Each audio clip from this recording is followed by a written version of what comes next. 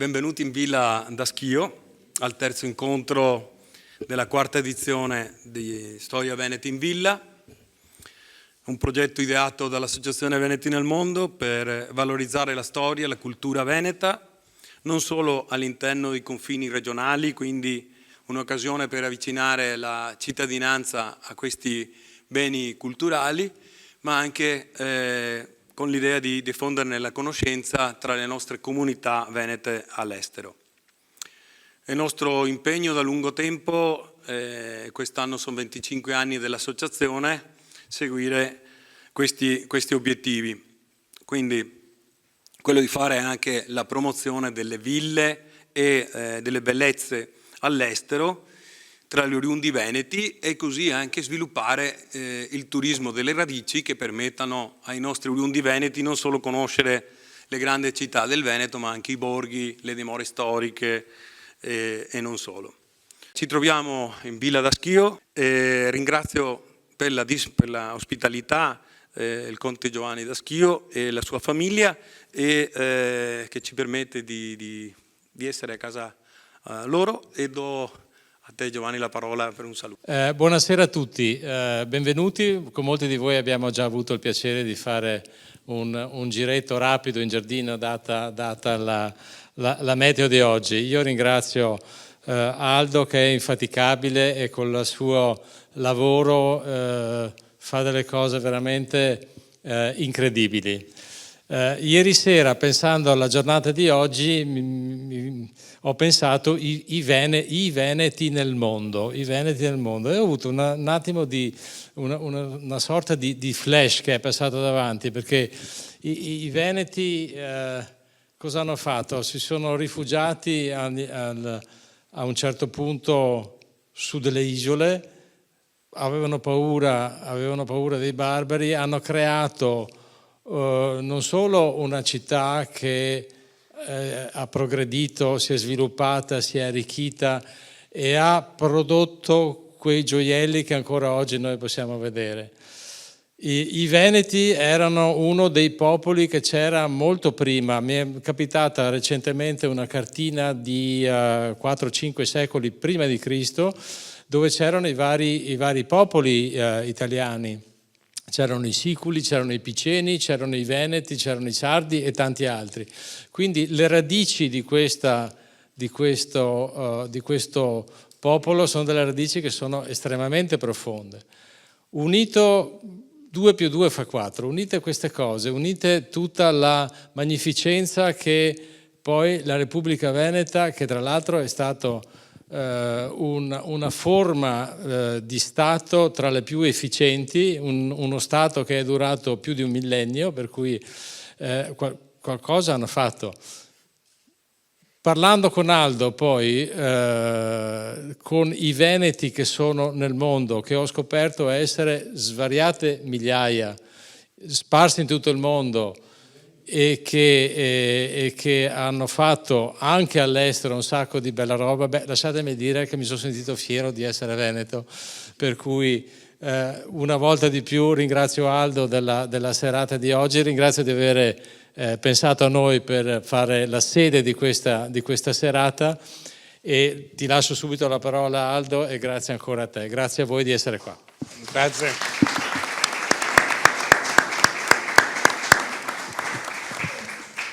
Lascio ora la parola ai due professori, ai due esperti. Walter Pancera, professore di storia moderna e didattica della storia presso l'Università degli Studi di Padova, è autore di numerose ricerche di storia economica, sociale e della tecnologia, in particolare sulla Repubblica di Venezia. Monica De Vincenti, storica dell'arte, si occupa di temi legati all'arte veneta dal Cinquecento all'Ottocento, con particolare attenzione alla scultura e ai suoi protagonisti. Numerosi sono i suoi interventi in riviste specializzate, volumi miscelanei e atti di convegni, ed è coordinatore scientifico della ricerca sulla statuaria veneta da Giardino. A voi la parola, grazie.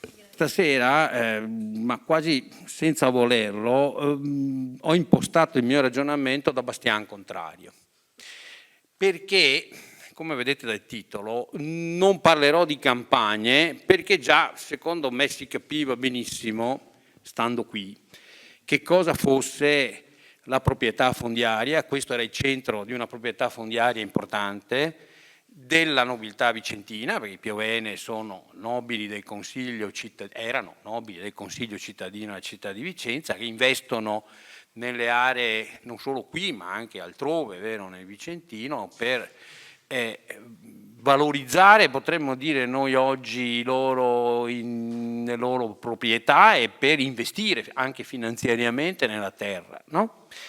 E certamente il ruolo della rendita fondiaria e dello sviluppo agricolo in quest'area era molto importante.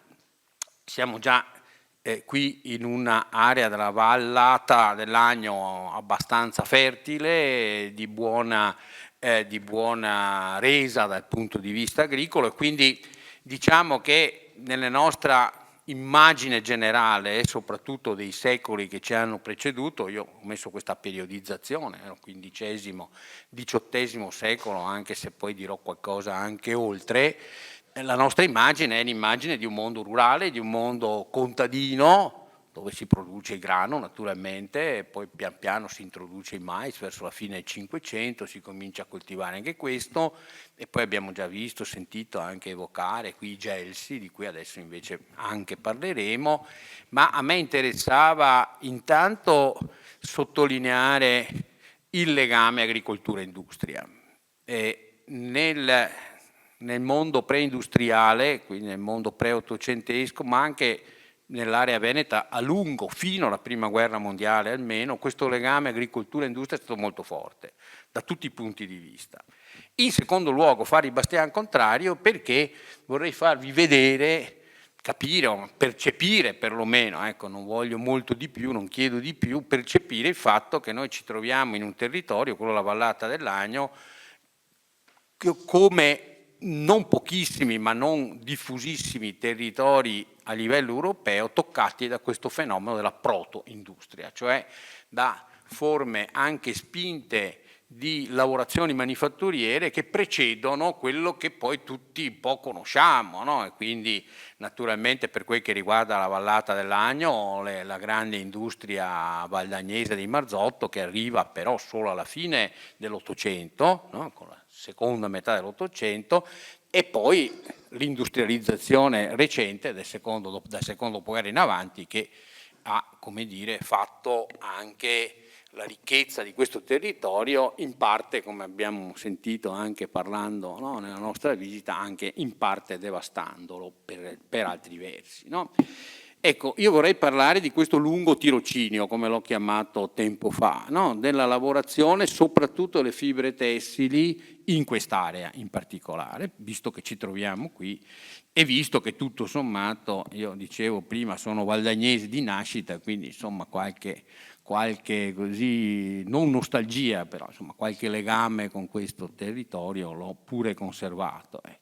La presenza quindi di attività proto-industriali dal Medioevo, direi da tardo Medioevo fino al fine del XVIII, inizi XIX secolo, e inizierò allora dalle cose che hanno reso possibile questo tipo di sviluppo. Perché qui e non altrove delle attività di trasformazione importanti? L'immagine che ho preso per aprire, non ho fatto molta fatica, l'ho trovata in rete, quindi niente di particolare, però è un'immagine dei progetti che hanno proceduto l'avvio del primo lanificio Marzotto al Maglio di Sopra, un luogo che forse qualcuno di voi ovviamente conosce, andando verso Requaro ci si passa davanti.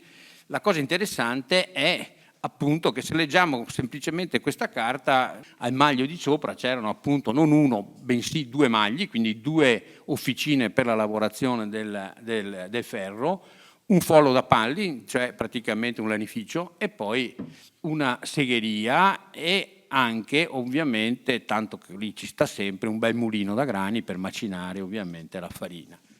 Segno appunto che qui l'immagine, direi, è compendiaria del discorso. Molto prima dell'insediamento della industria moderna, come la intendiamo noi, c'erano ovviamente attività in questo caso protoindustriali, di diverso genere tra l'altro, no? La prima sega meccanica, cioè la cosiddetta sega alla veneziana, che è un meccanismo piuttosto direi evoluto per segare meccanicamente i tronchi facendoli avanzare, vero, sotto la sega, sempre mossa da energia idraulica. Quindi fonte di energia primaria, e forse è il caso qui di sottolineare insomma l'importanza dell'acqua ancora oggi, vero, per i processi produttivi e per la vita naturalmente civile e economica dei territori, ma già allora ancora forse più importante ancora, perché tutte queste attività sono legate alla presenza dell'acqua attraverso appunto le ruote dei mulini, ma i mulini non sono solo quelli del mulino bianco, quindi non sono solo quelli che macinano farina, ma la ruota può muovere tanti tipi di macchinari, fra cui quelli appunto di tipo industriale. Dunque la prima questione è l'abbondanza di acque. La prima spiegazione è legata certamente a questo, e le acque erano così importanti. C'è un bel libro, se volete magari poi procurarvelo, di qualche anno fa, scritto qui da uno storico locale, c'è Antonio Fabris, che ha pubblicato per CR a Verona, che riguarda proprio le contese sulle acque, perché le acque della Valle dell'Agno, parlo, non delle acque in generale, contese fra naturalmente le proprietà nobiliari, le comunità, i singoli, no? Sono cose preziose, lo sono ancora oggi, lo erano ancor più probabilmente qualche secolo fa, ma non lo so, vedremo. Il valore vero dell'acqua, il controllo sull'acqua è elemento strategico in sostanza, no? Per le economie e per le società. Il secondo fattore è la materia prima e la produzione, direi, di materia prima locale, e nel nostro caso parleremo di lana e seta soprattutto.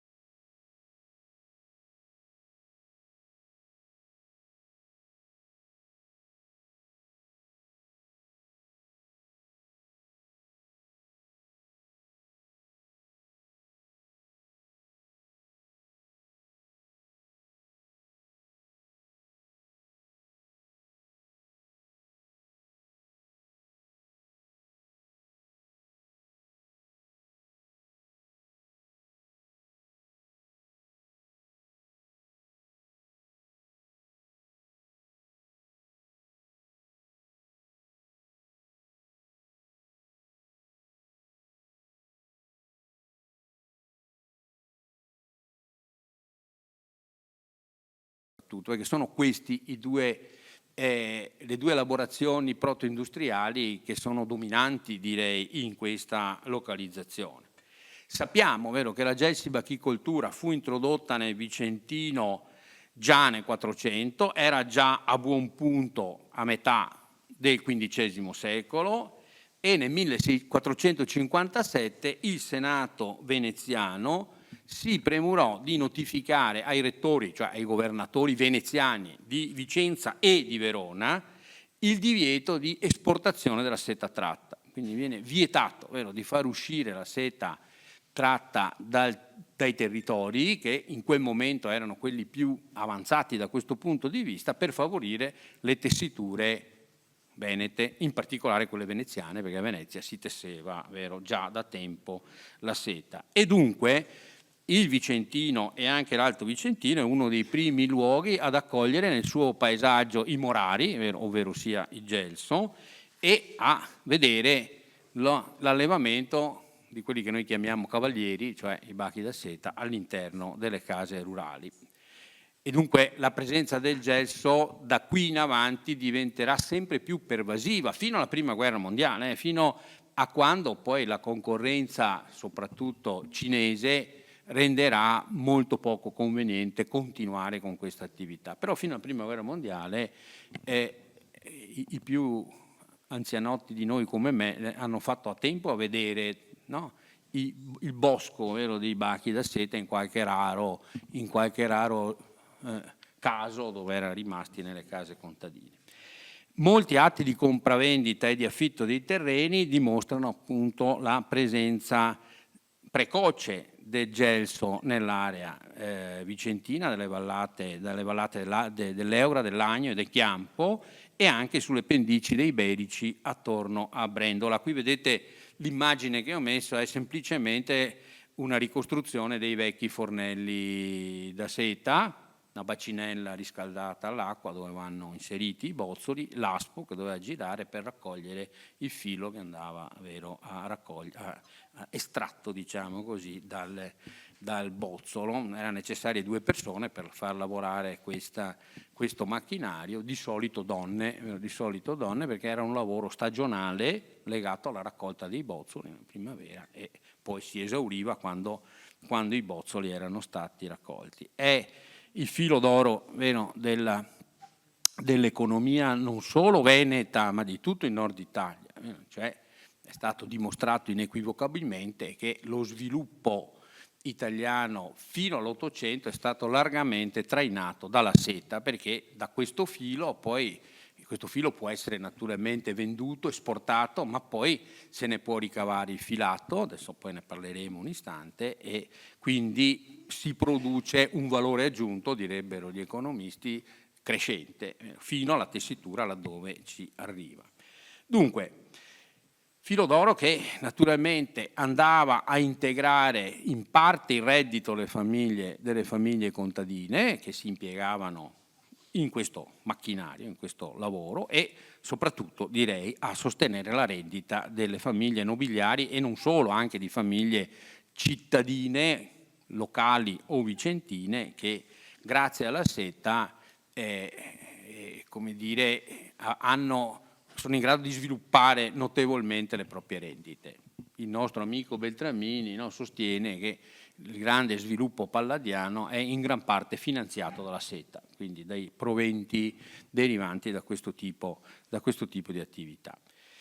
E quindi abbiamo esempi che riguardano il Trissino, i Daschio, ad esempio, che già alla metà del XVII secolo hanno proprietà fondiarie in questi luoghi. Nella campagna a metà 600 tra Brogliano e Castelgomberto circa da un 30 a un 40% della proprietà fondiaria è in mano a queste grandi famiglie, e quindi si spiega anche la presenza naturalmente di questo tipo di dimore e di controllo sulla campagna.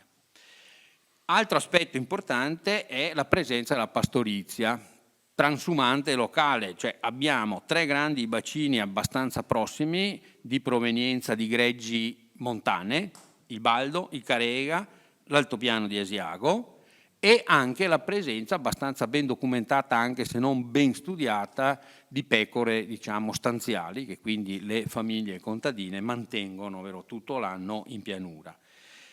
E quindi tutta l'area della Lessinia è in realtà zona di passaggio di pecore e di allevamento e di tonsura delle greggi, naturalmente, perché le greggi vengono tosate in quest'area normalmente 2 volte l'anno, in primavera e in autunno, proprio nel momento del passaggio dalla montagna alla pianura, laddove si tratti appunto di greggi transumanti. Ecco allora che ovviamente la disponibilità di lana succida è notevole, come nel caso della seta, questa volta legata a un aspetto particolare, un po' trascurato forse anche dal punto di vista storiografico, di questo movimento di greggi di cui resta ancora una piccola memoria, ma anche questo è un fenomeno che fino alla Prima Guerra Mondiale è durato abbastanza intensamente, vero? Terzo, direi, se abbiamo una fetta molto importante di grande proprietà, soprattutto nobiliare in quest'area, abbiamo anche una forte presenza in alcune comunità della vallata di proprietà contadina.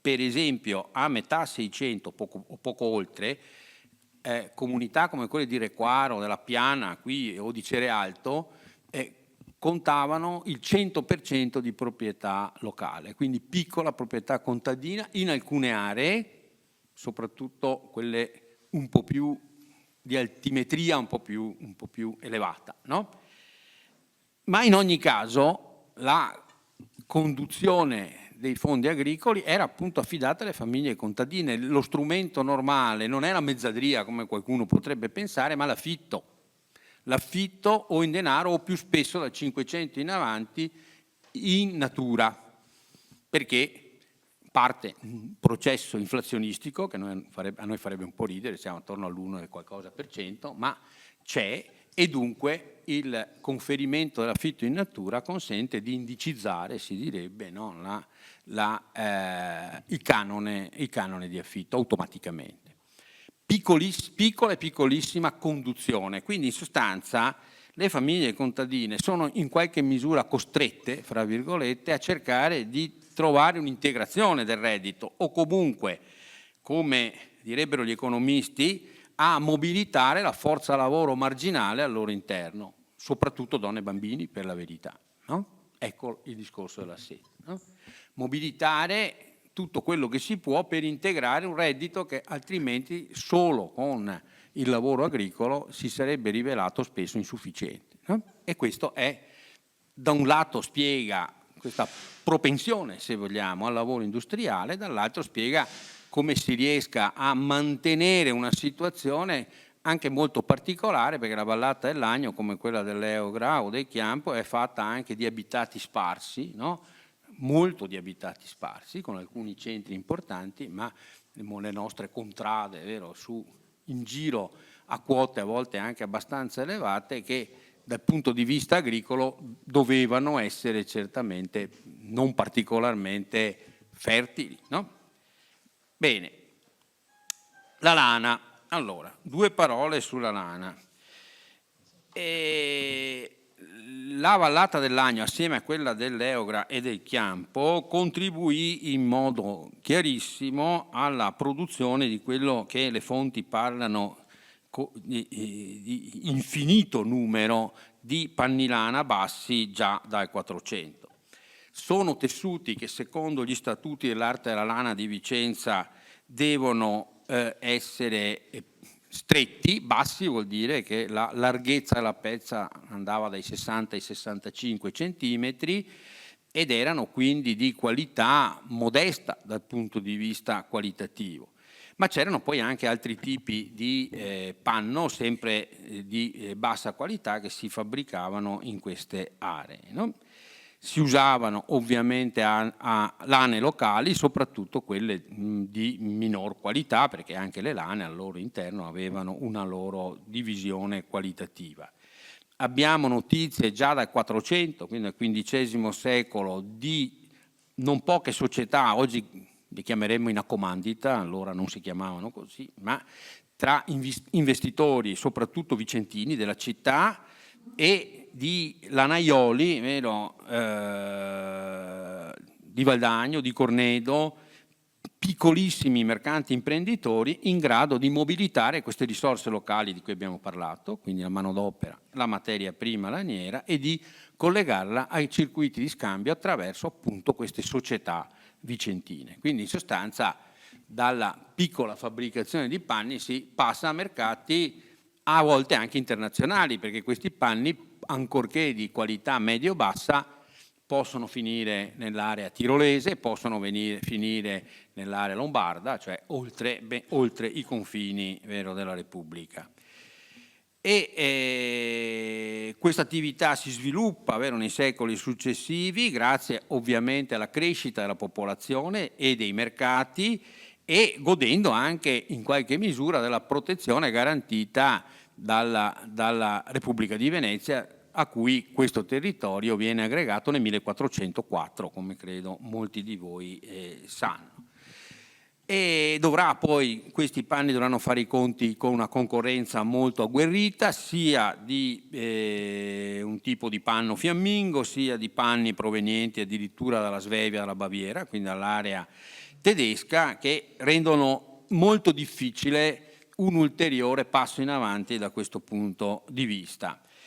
E sappiamo peraltro che a fine 500 nel vicariato di Valdagno, quindi nel distretto amministrativo in sostanza della Valle dell'Agno, sono presenti 5 gualchiere, cioè 5 impianti per la feltratura dei panni, e una a Requaro, una a Cornedo, 3 a Valdagno, per lo più collocati sulle rogge o su derivazioni delle rogge, perché questo non l'avevo detto prima, a Valdagno e a Cornedo a integrare, potremmo dire, il flusso dei fiumi, che comunque doveva in ogni caso essere incanalato, c'erano anche delle rogge comunali importanti che già appunto dal 300 consentono di operare meglio e di lavorare meglio con l'acqua, no? Diciamo che il grande slancio del tessile poi avviene nella Valle dell'Agno in collegamento alla evoluzione partita da Schio nei primi decenni del Settecento. A Schio matura un nuovo tipo di prodotto che per la cronaca era indicato col nome di mezzetti alti, cioè si tratta di panni di qualità medio-alta questa volta, cardati, quindi non pettinati, ad imitazione di tessuti fiamminghi, ottenuti sempre con lane locali, soprattutto dall'altopiano di Asiago.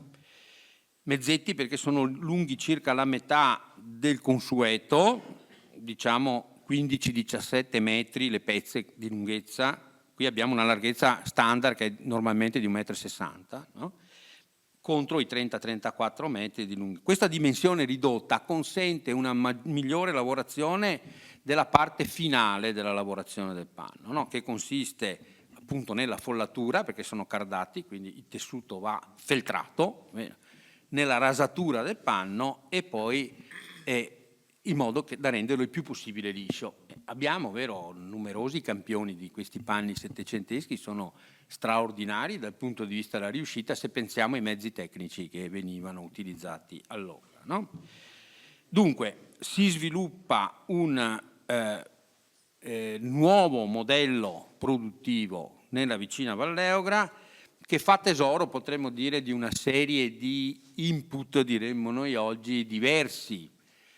La presenza appunto di tecnici fiamminghi tra 6 e 700 tra Venezia, il Trevigiano, il Vicentino, e poi questa iniziativa di un noto patrizio veneziano, Niccolò Tron, cui è intitolato, no, uno dei licei di Schio, che porta con sé da ambasciatore inglese, porta in patria dei tecnici inglesi e si picca di imitare anche i panni inglesi, cosa che gli riuscirà piuttosto male, devo dire, a Tron, ma il seme e poi la capacità del mondo locale già avviato da secoli alla produzione laniera di cogliere insomma il buono di ciò che porta di ciò che portano i nuovi arrivati e di dar vita appunto a questa nuova produzione.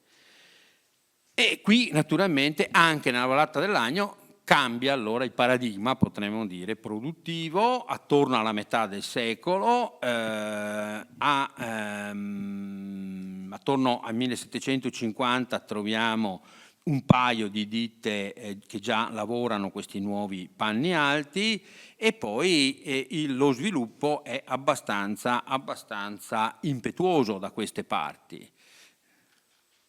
Già, ecco, non voglio tediarvi coi numeri, però avevo calcolato a suo tempo, facendo 100 la fine degli anni 70 del Settecento, nel 1792 l'indice della produzione è 896, quindi 10 volte tanto in sostanza, uno sviluppo abbastanza impetuoso, il numero di fabbricanti aumenta nettamente, dai 2-3 di metà 700 arriviamo a una decina alla fine del Settecento e dunque abbiamo già un settore ben consolidato, direi, tant'è vero che a partire dagli anni 80 anche a Valdagno questi produttori cominciano a godere di alcune provvidenze governative, privilegi si chiamavano allora, che hanno, come potete ben immaginare, al loro centro le esenzioni fiscali. Il problema è sempre un po' quello lì, no? Quindi, e naturalmente il Senato veneziano concede queste esenzioni nella consapevolezza giusta, bisogna dire, che alimentare la produzione nazionale, che poi era diretta in buona parte all'esportazione, creava ricchezza e quindi c'era comunque un vantaggio, no? Dal punto di vista quantomeno di quelli che allora si chiamavano dazi, cioè delle imposte indirette, no? Quindi il fisco fa la sua operazione che ha interessato anche la Valle del Lagno. Nel 1792 avete anche i nomi alcuni abbastanza importanti. La cosa poi interessante è che a questo punto, cioè con la fine del Settecento, contiamo 400-500 lavoratori della lana a Valdagno e dintorni, quindi non si tratta di qualche persona, ma un numero, una manodopera impiegata decisamente alta, soprattutto in proporzione a una popolazione che nel capoluogo del vicariato, appunto a Valdagno, conta 2500 persone in tutto, no? Abbiamo anche delle cronache che ci parlano di 600-700 persone. Sappiamo che abbiamo già alla fine del Settecento alcuni fabbricati a Valdagno già dedicati esplicitamente ad uso di lanificio, quindi non fabbriche, ma ovviamente protofabbriche, chiamiamole così, cioè degli edifici all'interno dei quali viene raccolta la manodopera necessaria e si svolge tutto il processo produttivo. Per inciso, ma è una cosa forse abbastanza risaputa, anche i primordi della fortuna della famiglia Marzotto a Valdagno rimontano all'attività protoindustriale, per quanto indirettamente. Nel 1768 si sposa Francesco di Gaetano Marzotto, i nomi sono sempre gli stessi, con Maria Soster, che è sorella di un tintore e di un mercante imprenditore, Valentino Soster, lo vedete nominato anche in questa tabella. Quindi i Marzotto, che erano originari di Trissino, si imparentano con i lanieri, e fatalità non è Francesco che fa ancora diciamo i venditori di generi alimentari assieme al fratello, ma il figlio Luigi, che si introduce nel mondo laniero valdagnese all'inizio anzi dell'Ottocento, non alla fine del Settecento, sollecitato e probabilmente sostenuto da questa parentela con i Soster. Quindi il legame c'è, vero? C'è un legame molto antico. Qui vedete qualche altra annotazione, abbiamo già visto, le donne, molto presenti in questa attività per la filatura naturalmente, no? Che per lo più si svolge ancora a domicilio. Passiamo allora alla seta rapidamente. Ecco, abbiamo già visto che la seta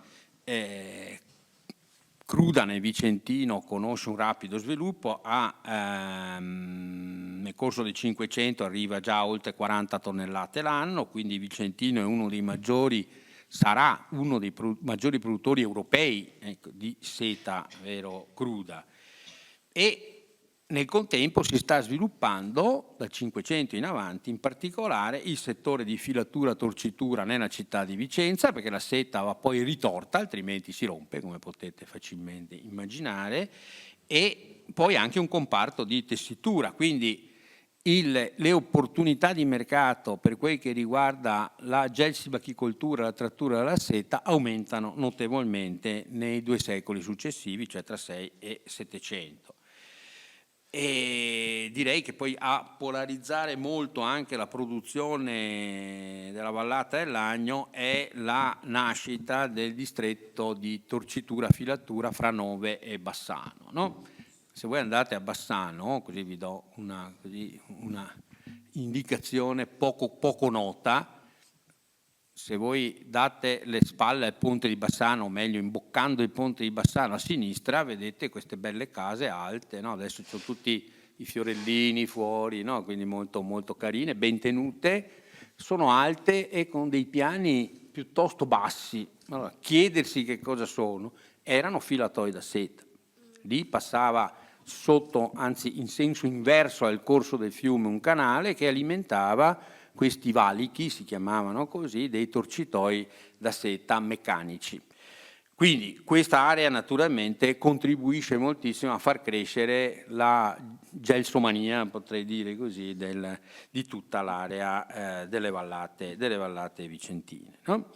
Abbiamo un calcolo molto approssimativo delle bacinelle da seta attive, queste nella sola Val d'Agno, però ad esempio nel 1767 ce n'erano una ventina anche tra Cornedo e Requaro. Però, visto che siamo a Castelgomberto, anche qui c'erano fornelli da seta e abbiamo contratti agrari stipulati dai Trissino per la produzione di seta con una forma di parziaria, quindi il contadino coltiva il baco, prende la seta, la lavora, fa seta tratta e poi se la spartisce col proprietario, a cui va naturalmente la parte più ampia. Quindi questo problema è che questi dati derivano dalle statistiche fiscali dopo il 1737, quando la Repubblica di Venezia decide, direi finalmente, di colpire i redditi derivanti dalla seta, perché prima in sostanza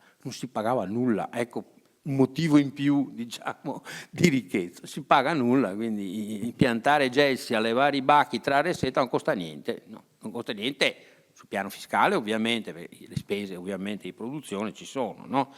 Da quel momento in avanti cominciano a colpirli e quindi abbiamo dei dati plausibili molto sottostimati, cioè, questi dati sono certamente, la realtà è molto superiore a quella che appare appunto da questi dati. Morale, si tratta insomma di una terra fortemente interessata a questo tipo di lavorazione. Il settore laniero, sappiamo, insomma, no, è stata poi la base del primo passaggio alla industrializzazione, molto tempo dopo per la verità se ci pensate, perché di mezzo c'è un lungo periodo critico che, anche questa è una cosa forse poco nota, coincide quasi esattamente con l'occupazione austriaca.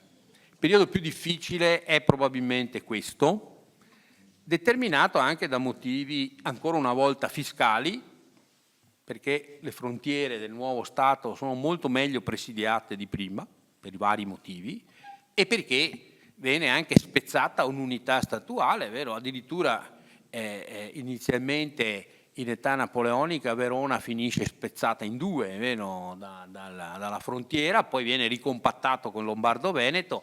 C'è tutto il lungo periodo, no, delle guerre napoleoniche, di queste. In altre parole, il primo Ottocento è un momento di grave involuzione di questo tipo di produzioni, no?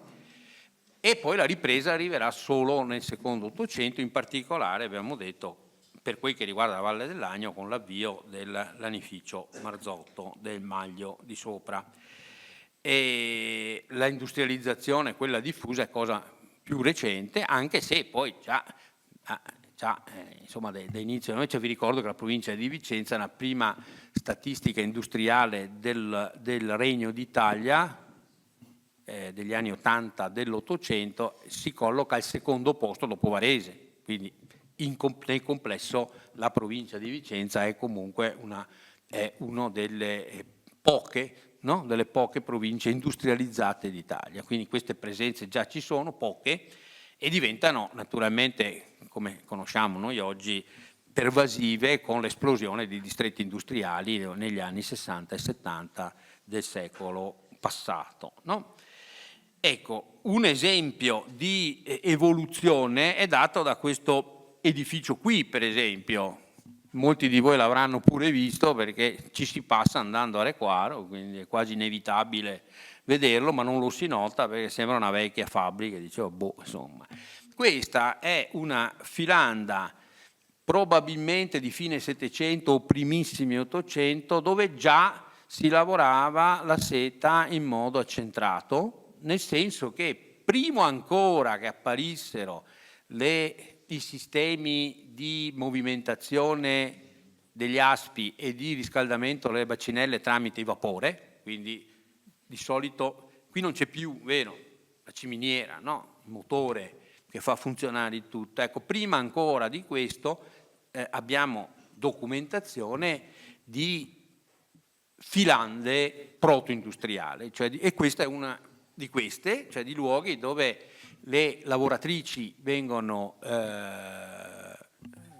collocate all'interno di un unico edificio per un motivo molto semplice, di controllo della qualità della lavorazione e perché la materia prima è molto costosa e quindi c'è il problema citato più volte nelle fonti dei furti, vero? Quindi una diffidenza anche rispetto alle possibilità del furto.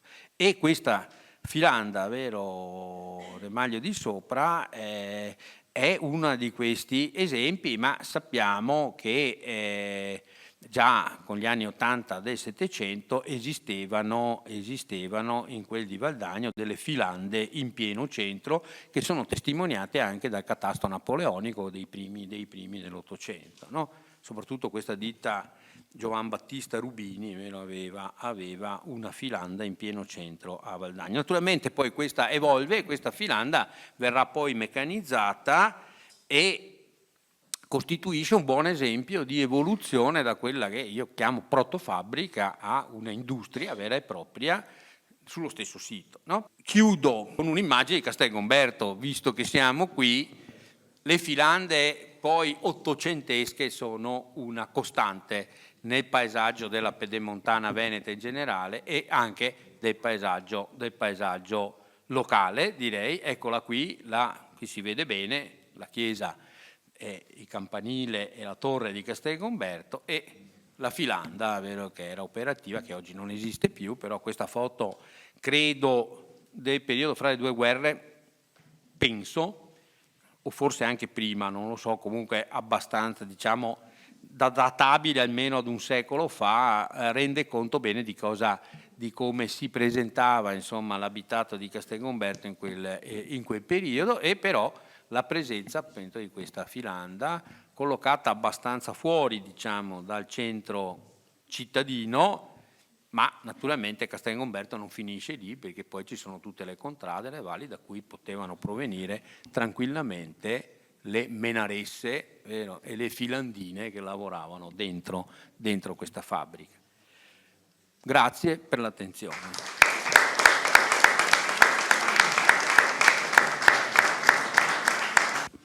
Grazie, la parola a Monica De Vincenzi.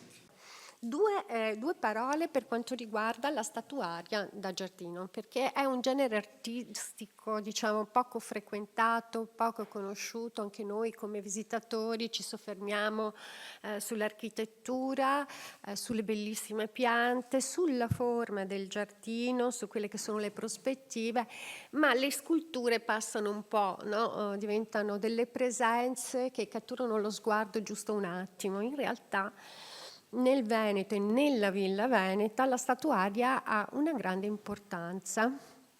Tanto, come dice Puppi, non c'è villa veneta, anzi non c'è villa senza il suo giardino e non c'è giardino che da una certa data in poi non abbia la sua scultura.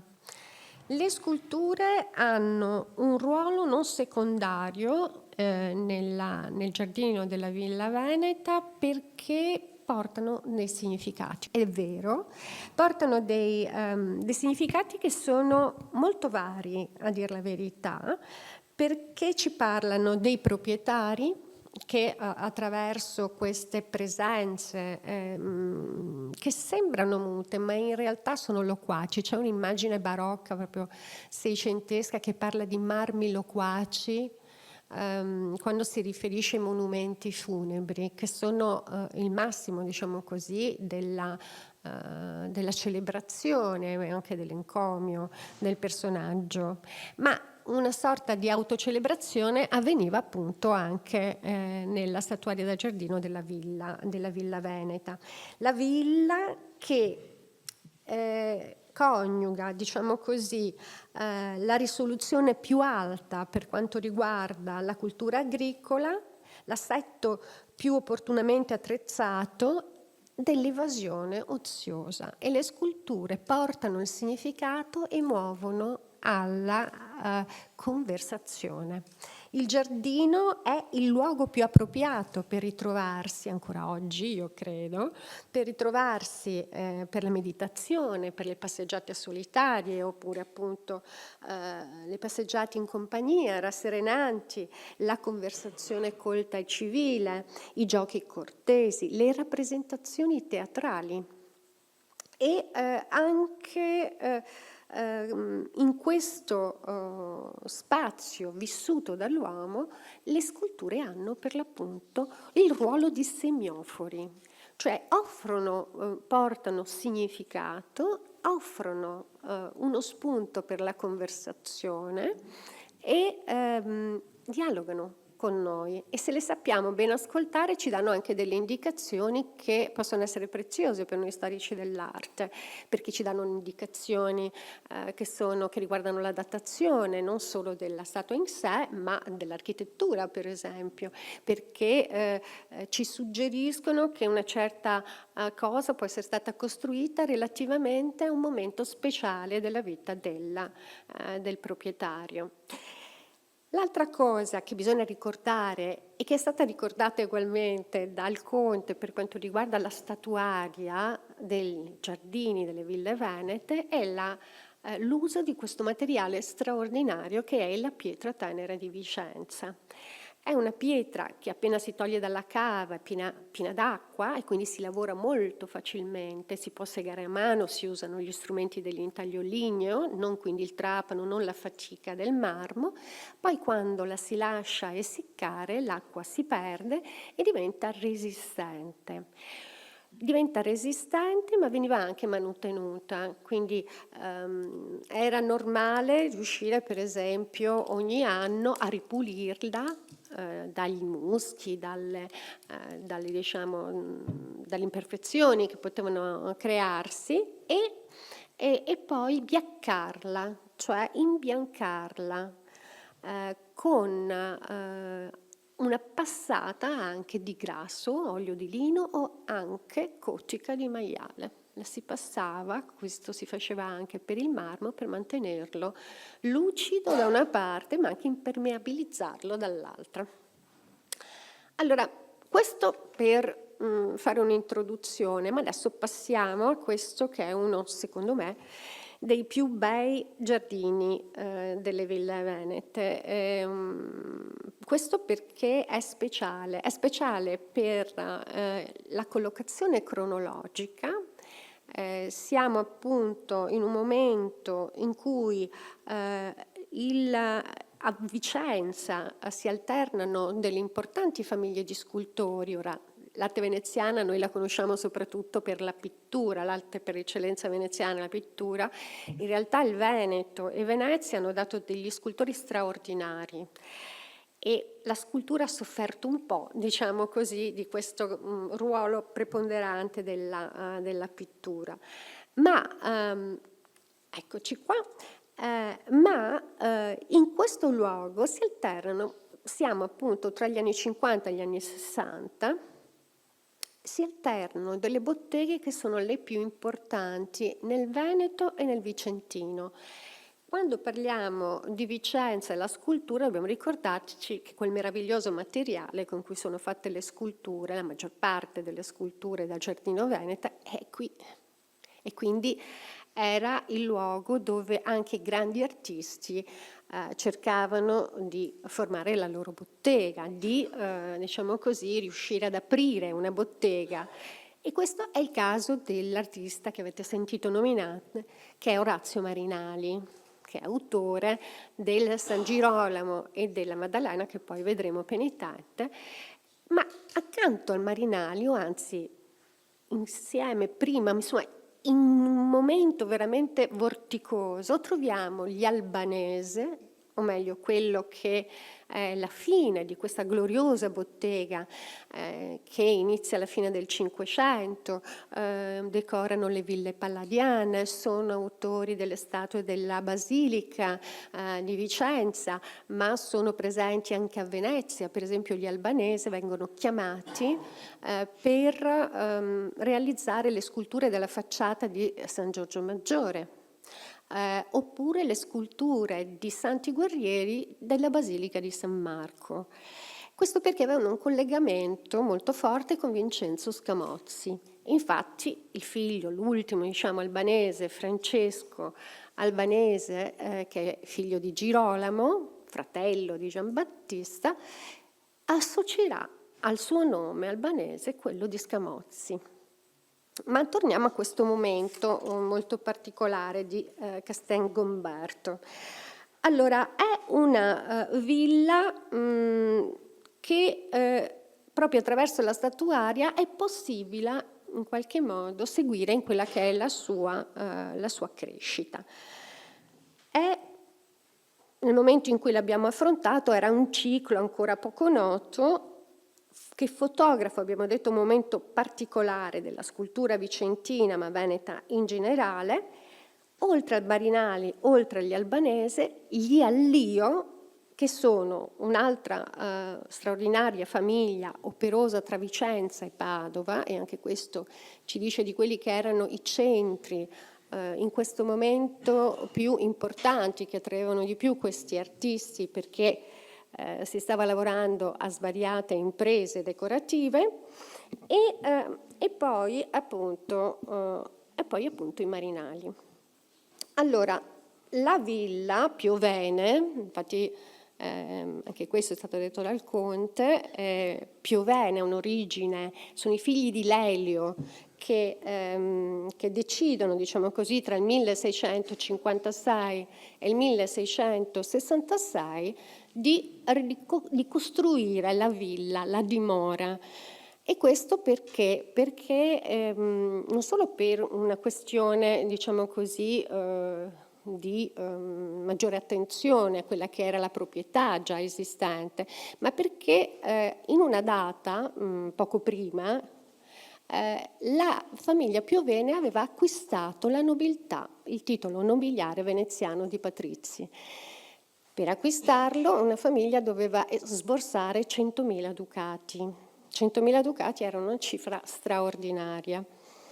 Una volta acquisito il titolo di patrizio, quasi ogni nobile, che era già nobile in realtà, ma era una nobiltà di carattere... Di Vicenza? Sì, esatto, diciamo di Venezia, esatto.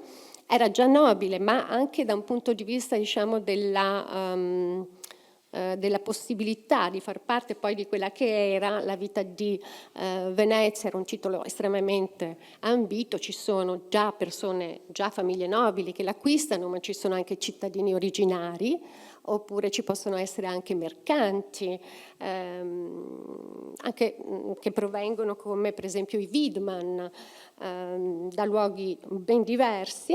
Insomma, l'acquisto comporta anche un cambio in quella che era diciamo così, la dimensione della famiglia stessa, il celebrare la propria, appunto, nobiltà. Sotto la figura della Venere noi abbiamo lo stemma, uno stemma che vedete è composto, in realtà è l'unione di due stemmi, e questo ci dà un'indicazione perché si tratta della stemma che riunisce l'emblema di Antonio Piovene e quello della moglie Isabetta da Porto, e quindi fa riferimento a un'unione ben precisa. Tenete conto anche che questa dimora, che viene costruita dai fratelli, insieme dai figli di Lelio, i nomi ricorrono sull'iscrizione della chiesetta, sull'ingresso della chiesetta, si occupano, come spesso accade, di gestioni diverse, no, di quello che è il patrimonio. Antonio in particolare si sposterà a Venezia per seguire i figli, questo proprio lo dicono i documenti, nel 1666, quando diciamo un po' l'edificio è concluso, l'edificio che appunto è stato probabilmente progettato dal Pizzoccaro, come è stato detto, e rimane qui il fratello, cioè la proprietà, diciamo così, viene gestita dal fratello che è Giovanni, e Giovanni è il canonico della cattedrale vicentina. Ecco, questa è la chiesetta che abbiamo visto di sfuggita, che io metto qui perché appunto come canonico di Vicenza, Giovanni ha a che fare con un artista che è particolarmente apprezzato, viene definito Fidia, Lisippo, un po' come poi accadrà nell'Ottocento per noi con Canova, dai suoi contemporanei. Quando morirà nel 1660 gli verrà dedicato un libro che conterrà componimenti celebrativi di lui e delle sue opere. E attraverso questo libro che si chiama Lacrime in Parnaso, edito nel 1663, è possibile risalire a quello che è un catalogo delle sue opere. Le stiamo ancora cercando per la maggior parte, ma insomma abbiamo delle indicazioni interessanti. Ed è anche uno dei pochi scultori veneti di cui possediamo l'immagine.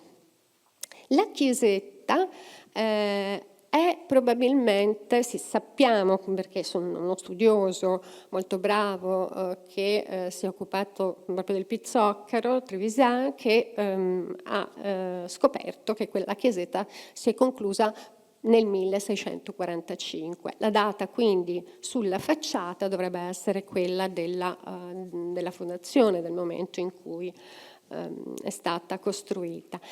Quindi proprio negli anni in cui l'albanese Girolamo stava lavorando proprio nella cattedrale vicentina ed era stato conosciuto personalmente da Giovanni. Tenete a mente queste figure dei giganti che noi troviamo nelle ville venete, ai piedi delle scale, sopra agli ingressi, e che hanno un richiamo preciso ai giganti che erano stati messi all'ingresso della Zecca di Venezia, che sono due figure che adesso sono all'ingresso, cioè loro non si sono mai mossi, è cambiato l'utilizzo dell'edificio, all'ingresso della Biblioteca Marciana.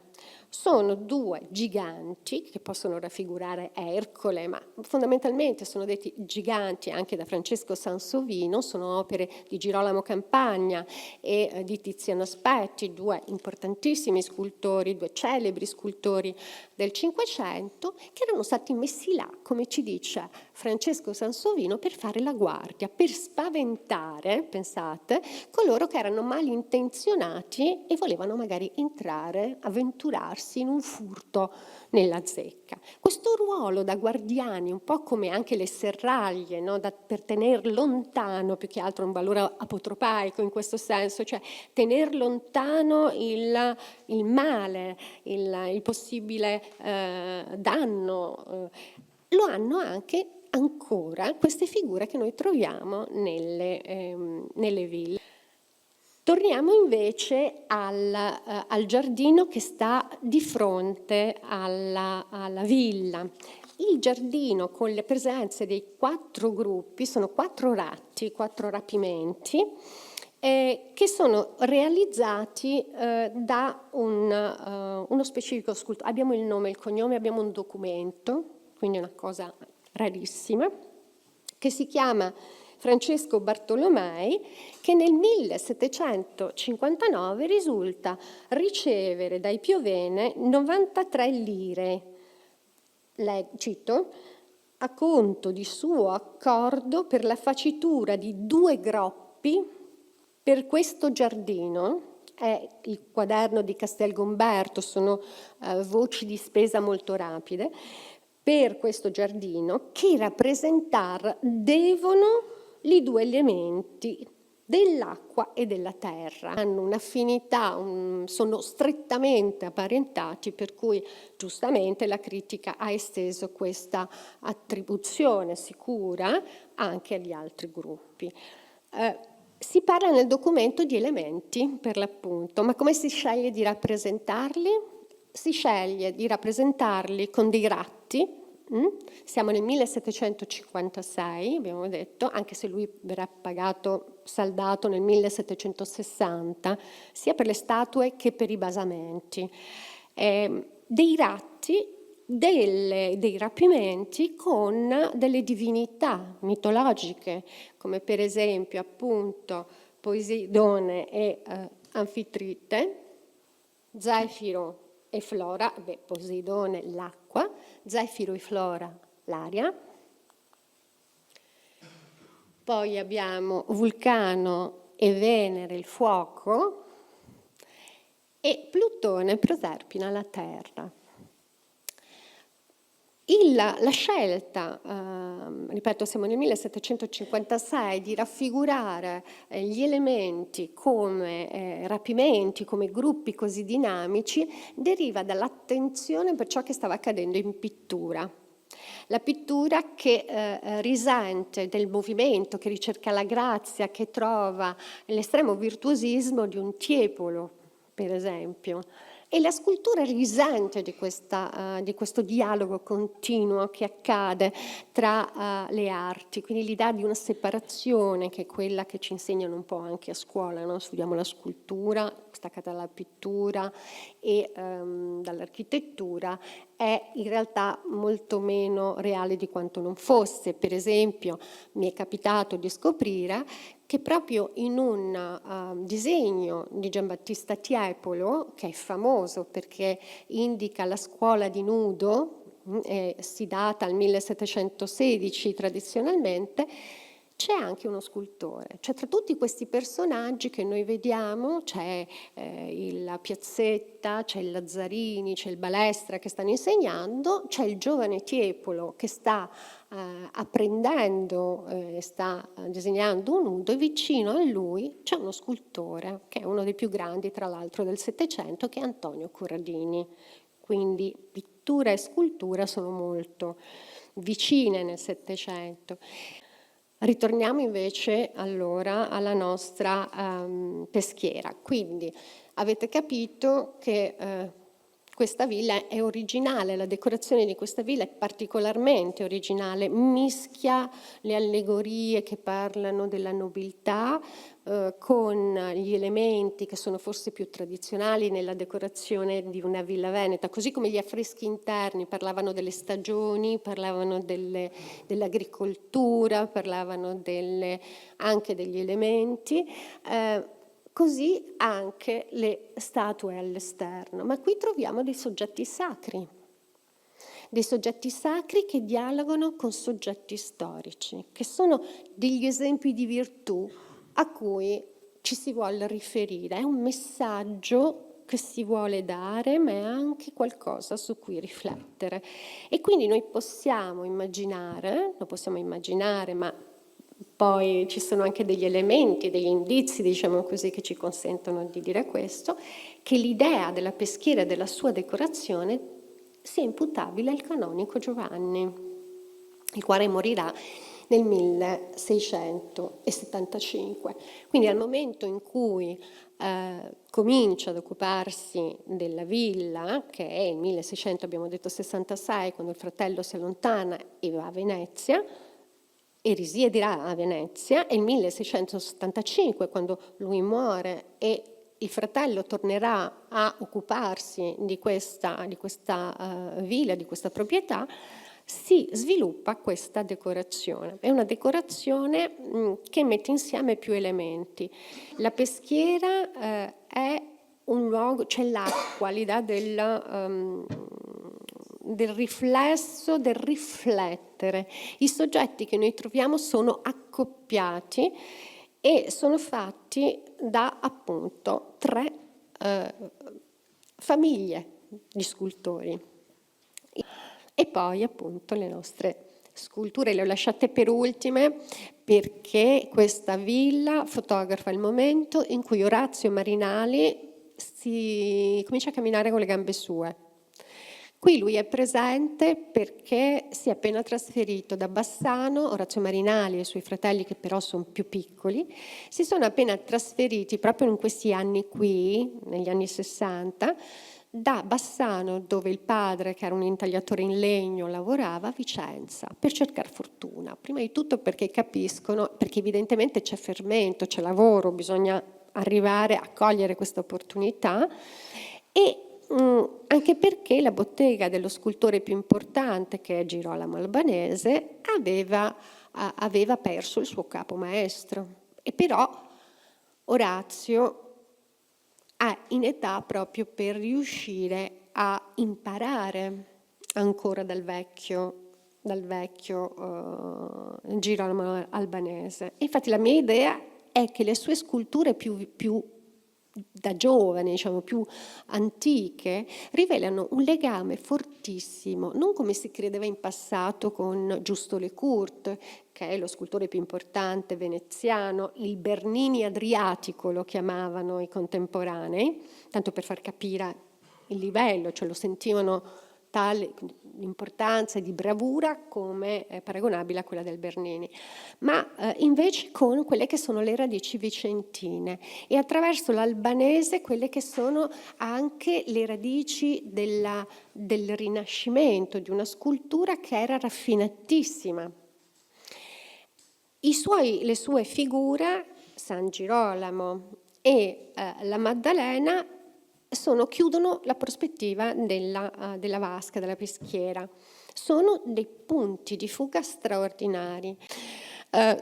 Di queste statue noi abbiamo il disegno, proprio lo schizzo iniziale, quello che veniva mostrato poi al cliente che ti dava le misure, il soggetto le misure. Qui vediamo questo disegno che è conservato in uno splendido album di disegni, sempre al Museo Civico di Bassano, che si chiama Album Marinali, ma raccoglie disegni anche di altri artisti, e che oltre all'album anche, diciamo così, la collezione civica di Bassano, ma anche di Vicenza, ha anche terrecotte, quindi non solo gli schizzi grafici, ma anche i tridimensionali, le terrecotte, le terre crude. Qui vediamo uno splendido schizzo, velocissimo, guardate che segno rapido, eppure come riesce a cogliere perfettamente quella che sarà poi la statua finale, sia in quelle che sono le linee, il movimento, ma anche i valori incredibili chiaroscurali.